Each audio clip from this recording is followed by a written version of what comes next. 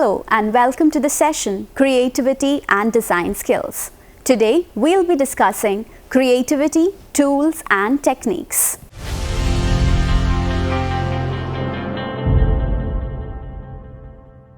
Human creativity can be considered as an essential impulse and an important factor for success in all walks of life. We can say that creativity involves the generation of new ideas or the recombination of known elements into something new, providing valuable solutions to a problem. It also involves motivation and emotion. Creativity is a fundamental feature of human intelligence in general.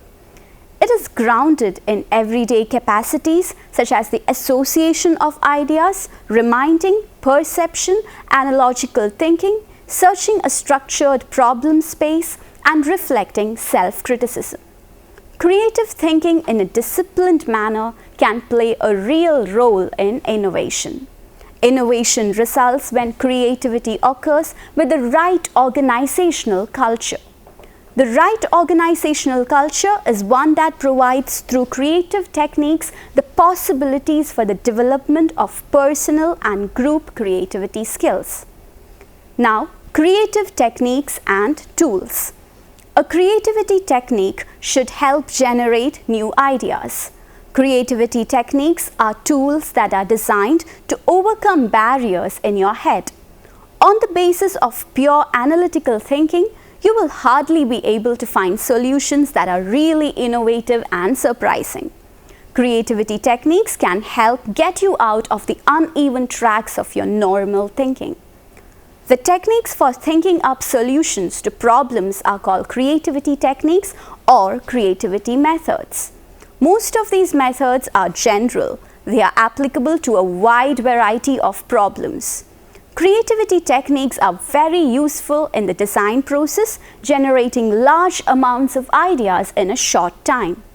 Creativity tools can come up with new ideas, break through fixed ways of thinking, think out of the box, that is, thinking beyond current solutions, build upon each other's ideas, and develop new, inspiring, and surprising ideas.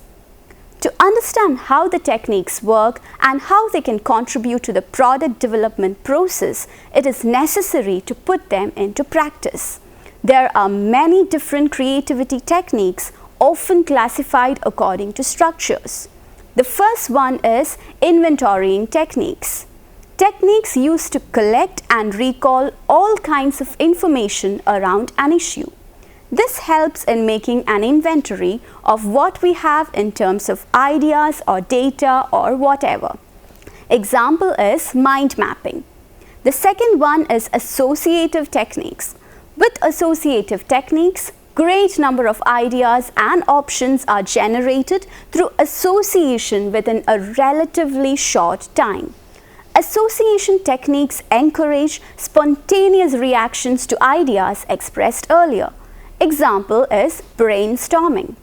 The third one is confrontational techniques. With confrontational techniques, ideas are generated by thinking outside one's familiar frame of reference. By identifying and breaking assumptions, you are able to open up a wider solution space. New connections are made between the original issues in hand and a new idea through force fit. Completely new, unexpected combinations of viewpoints can arise, which bring the solution of the problem one step closer. Now, the fourth one is provocative techniques. With provocative techniques, assumptions and preconceptions are identified and broken from inside the familiar frame of reference. Provocative techniques make use of analogies, metaphors, and random stimuli. Ideas will seem strange at first, but when force-fitted on the original issues, they provoke new insights. The fifth one is intuitive techniques. With intuitive techniques, you develop a vision or a new perspective on the original issue in hand. Intuitive techniques are useful to guide the idea generation techniques by whatever comes to mind. It's a technique that allows for spontaneous and intuitive idea generation and reflecting upon the generated ideas. These techniques have a great influence on enthusiasm, motivation, and courage of the team members. The sixth one is analytic systematic techniques.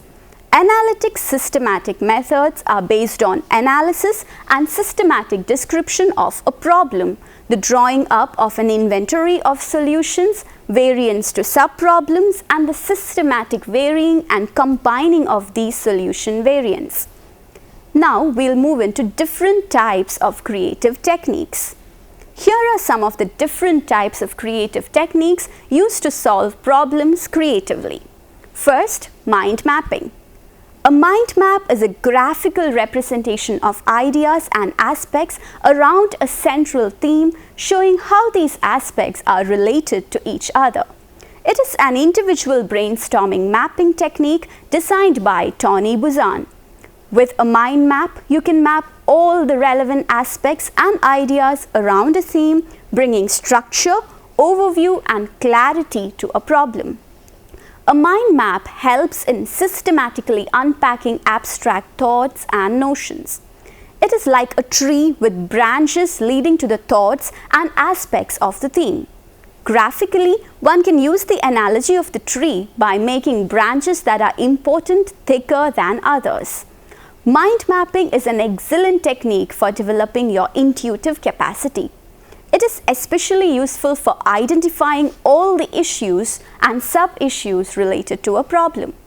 Mind maps can also be used for generating solutions to a problem and mapping their advantages and disadvantages. Mind mapping supports mental leaps and spontaneous ideas. It facilitates the structuring and visualization of problem situations. Mind maps are outstandingly useful as a memory aid. The following image is an example for mind mapping. Next is brainstorming. Brainstorming as a method prescribes a specific approach with rules and procedures for generating ideas. It is one of the many methods used in creative thinking to come up with lots of ideas to solve a problem. Brainstorming is done with a group. The presence of a leader is necessary to stimulate the generation of ideas as well as a preparation phase to gather the necessary data and information to approach the problem. The facilitator leads the brainstorm session and asks the group provocative questions. A recorder writes the problem statement and the idea generated by the group on a whiteboard. The group's responses are written down on a flip chart. Brainstorming works when people use each other's ideas to trigger their own thinking. Our minds are highly associative and one thought easily triggers another. If we use the thoughts of others, then these will stop us getting trapped by our own thinking structures. Apart from producing large number of ideas, brainstorming is based on another very important principle, the avoidance of premature criticism. This is one of the best known and most used in the business world group-based creative process for problem solving. It is a method of getting a large number of ideas from a group of people in a short time. The typical brainstorming session can be seen in the following image. Next is brainwriting. Brainwriting is an alternative method to brainstorming that tries to encourage a more uniform participation within a group. Like brainstorming, it is designed to generate lots and lots of ideas in a short amount of time. Brainwriting is simple. Rather than ask participants to yell out ideas, you ask them to write down their ideas about a particular question or problem on sheets of paper for a few minutes. Then you have each participant pass their ideas on to someone else who reads the ideas and adds new ideas.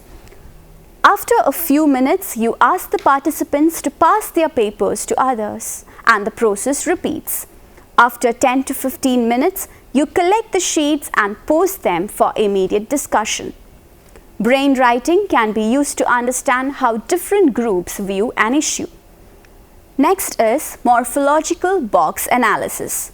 The morphological box, developed by the Swiss astrophysicist Fritz Zwicky, is a method that involves a systematic approach to the development of ideas working with the help of a matrix. Thus, it is particularly suitable for people who are used to thinking in technical and analytic terms. In principle, the object here is to anatomize the problem that is to be solved into clearly delimited subordinate aspects. When you vary and combine these aspects in any way you like, many new potential paths leading to a solution of your problem will appear. This increases the probability that you will get as close as possible to the ideal solution. Next is storyboarding. It is a creativity technique for strategic and scenario planning based on brainstorming and used mainly by groups. It requires a leader, a secretary, and takes place in a group of 8 to 12 people. The leader arranges the ideas generated by brainstorming in a logical order on a whiteboard, creating a story. This technique allows identify the interconnections of ideas and how all the pieces fit together. It can be used to identify issues, problems, solve a complex problem, and determine ways to implement solutions. The storyboarding process includes 4 phases: planning, ideas, organization, and communication. Next is mental provocation. Mental provocation is perhaps the most spectacular creativity technique developed by the pioneering thinker Edward de Bono. This involves using apparently contradictory statements to liberate oneself from traditional patterns of perception, so inducing a state of instability which may point the path to a new idea. Mental provocation allows us to look at things from a different angle. It puts distance between you and your problem and stimulates you to find out of the ordinary solutions. Next is Osborne's checklist. This apparently simple but highly effective method, named after Alex Osborne, is particularly suitable for situations where you already have ideas or products on hand, but have so far only been able to find conventional or unsatisfactory solutions for them. The list thus also works admirably as a tool in the subsequent processing of a creativity session that has already taken place. The Osborne checklist serves to extend the area under consideration by means of sequences of questions. It is a series of about 70 questions designed to stimulate new ideas. Creativity involves the generation of new ideas or the recombination of the above-mentioned creative techniques into something new, providing valuable solutions to a problem. It also involves motivation and emotion. Creativity is a fundamental feature of human intelligence in general. It is grounded in everyday capacities such as association of ideas, reminding, perception, analogical thinking, searching a structured problem space, and reflecting self-criticism.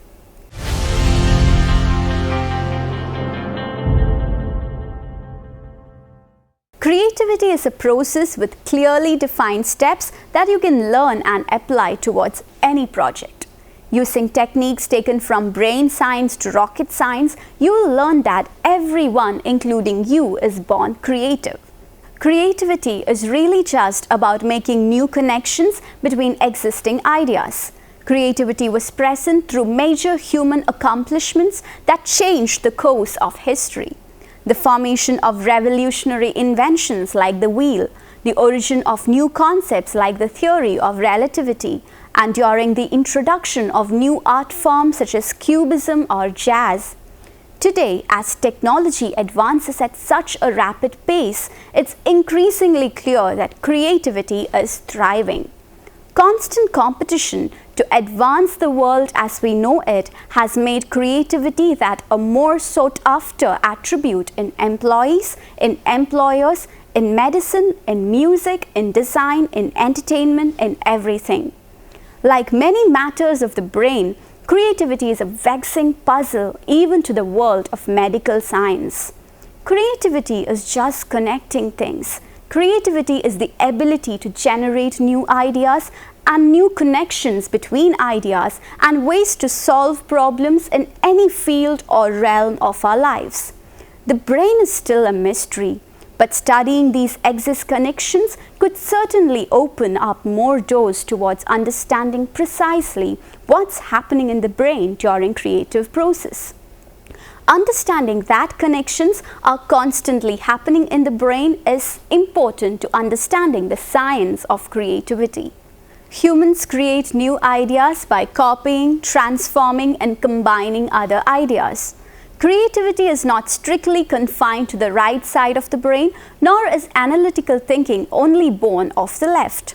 The brain is an orchestra working together harmoniously to perform the imaginative symphony that is creativity and ideation. A symphony is broken up into sections or movements and requires several sections of an orchestra to play together in order to bring the piece to life. In a similar fashion, several sections of the brain must play their part in harmony over the course of 4 movements or stages of the creative process to conceive an idea and bring it to life. According to cognitive psychologist Scott Barry Kaufman, in his article The Real Neuroscience of Creativity, there are 3 large-scale networks of the brain that work together throughout the creative process to achieve creative cognition. The first network, the executive attention network. These executive functions are involved anytime you require attention and focus.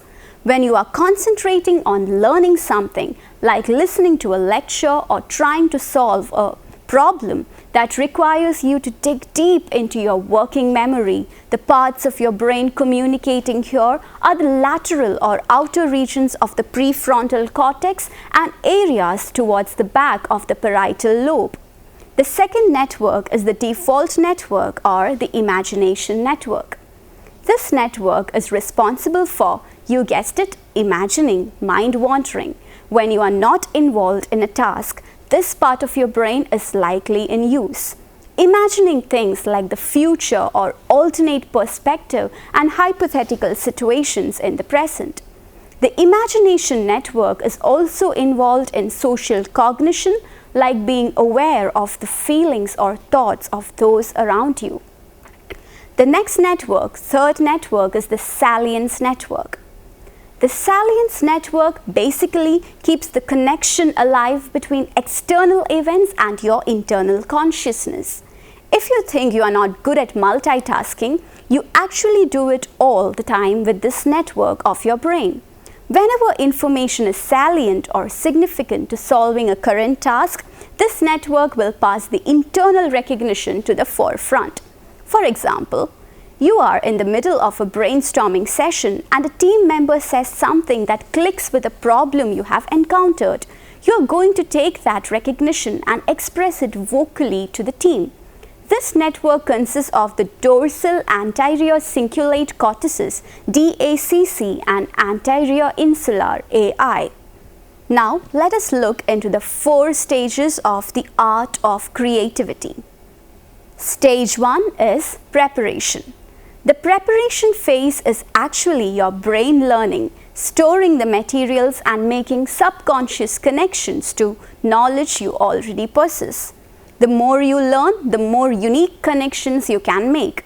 During this stage, we see a lot of activity in the executive functions. Stage 2 is incubation. When you are consciously trying too hard to come up with a unique and special idea, you might be concentrating on the wrong thing. So hand the keys over to your brain and let it drive for a while. Studies have attributed many great ideas to the wandering mind. Your brain is still making those connections, and the important stuff you are trying to figure out is still very present in your mind. Imagine your brain is an assistant that knows you better than anyone else. So he knows your dilemma and he knows all the good material that you have stored in your files. Stage 3 is illumination. This is the moment your assistant comes back and throws that great idea in your face with all those connected pieces you'd been looking for, and thus jolting you back to consciousness to get the idea in action. Imagine this familiar situation. You have just found an insanely comfortable position in bed and are about to drift off to sleep. But then something hits you, the stroke of brilliance you have been looking for.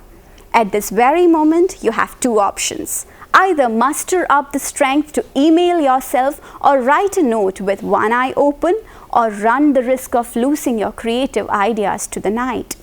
And it's not only right before you fall asleep that this tends to happen. Long walks alone, a solitary drive in the car, and famously in the shower have all been attributed to inopportune light bulb moments. This is an example of experiencing the illumination stage. Next stage is verification. During the verification stage, you are taking your stroke of brilliance, verifying that it is a realistic idea, and building the framework for how it will come to life. These 4 stages of creative thought were proposed by English socialist and social psychologist Graham Wallas and outlined in his book The Art of Thought, which was published in 1926. Now let us look at the art of creativity. The unconscious mind is far more suited to creative insight than the conscious mind.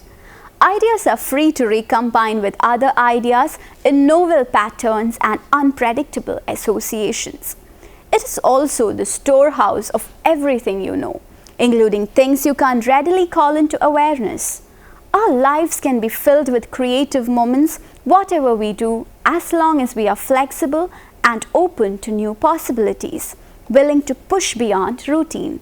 The everyday expression of creativity often takes the form of trying out a new approach to a familiar dilemma.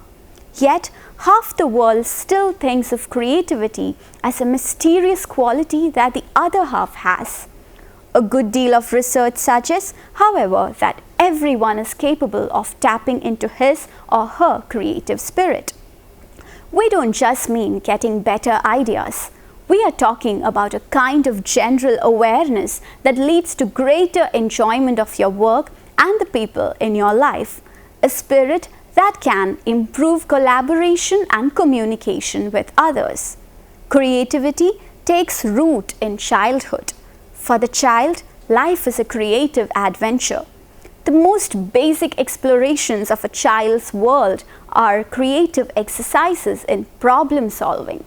They begin a lifelong process of inventing themselves. In this sense, every child reinvents language, walking, and love. Our experience of creativity in childhood shapes much of what we do in adulthood, from work to family life. The psychological pressures that inhibit a child's creativity occur early in life. Creativity flourishes when things are done for enjoyment. When children learn a creative form, preserving the joy matters as much, if not more, than getting it right. What matters is the pleasure, not perfection. Research has found that people are more likely to have a creative breakthrough if they were happy the day before. Past research also supports the creativity boost gained from happiness. Compared with people in sad or neutral moods, those in happy moods are better at coming up with new creative spirits. Everything in life seems better when we are happy, and it could apparently also help heighten your creativity. Now, let us summarize this session. A creative technique should help generate new ideas. Creativity techniques are tools that are designed to overcome barriers in your head. Creativity techniques can help get you out of the uneven tracks of your normal thinking. The techniques for thinking up solutions to problems are called creativity techniques or creativity methods. There are many different creativity techniques, often classified according to structures. Some of them are inventorying techniques, associative techniques, confrontational techniques, provocative techniques, intuitive techniques, and analytic systematic techniques. There are some of the different types of creative techniques used to solve problems creatively: mind mapping, brainstorming, brainwriting, morphological box analysis, storyboarding, mental provocation, and Osborne's checklist. Using techniques taken from brain science to rocket science, you will learn that everyone, including you, is born creative. Creativity is really just about making new connections between existing ideas. Creativity is just connecting things. Creativity is the ability to generate new ideas and new connections between ideas and ways to solve problems in any field or realm of our lives. Humans create new ideas by copying, transforming, and combining other ideas. Creativity is not strictly confined to the right side of the brain, nor is analytical thinking only born of the left. There are 3 large-scale networks of the brain that work together throughout the creative process to achieve creative cognition. Network 1, the executive attention network. Network 2, the default network or the imagination network. Network 3, the salience network. Creativity takes root in childhood. Our experience of creativity in childhood shapes much of what we do in adulthood, from work to family life. The psychological pressures that inhibit a child's creativity occur early in life. Creativity flourishes when things are done for enjoyment. Now, based on this session, here are some assignments for you. 1. Draw as many different pictures using the circles as you can in 1 minute only. 2. Make a team of 5 to 8 members. Present your group with a problem that needs to be solved. Ask them to generate as many ideas as possible in 15 to 20 minutes. There should be someone to record ideas and something to record them on sticky notes, a whiteboard, a flip chart, etc. 3. Make a team of 5 to 8 members. Present your group with a problem that needs to be solved. Team members are asked to approach the problem or issue from someone else's perspective. This could be a world leader, a celebrity, a hero, another member of the company or team, or even a family member in 15 to 20 minutes. There should be someone to record ideas and something to record them on. Sticky notes, a whiteboard, a flip chart, etc. 4. The last exercise is to take a box of matches and make your own little sculpture with a box and contents. 5. Use your 5 senses to inspire yourself with things from around you. Look for objects, analyze their shape, their color, where are they coming from. Use all your senses. Try to listen to sounds in your environment. Touch the objects you are looking at. What are the odors in the room? Now try to link these elements to your brainstorming session. It will help you to generate new ideas. Based on this session, I can suggest you some references and web links. Explaining Creativity, the Science of Human Innovation by R.K. Sawyer, published in 2006, published by Oxford University Press, New York. Encyclopedia of Creativity by S. Pritzker and M.A. Runco, published in 1999, published by Academic Press, San Diego, CA.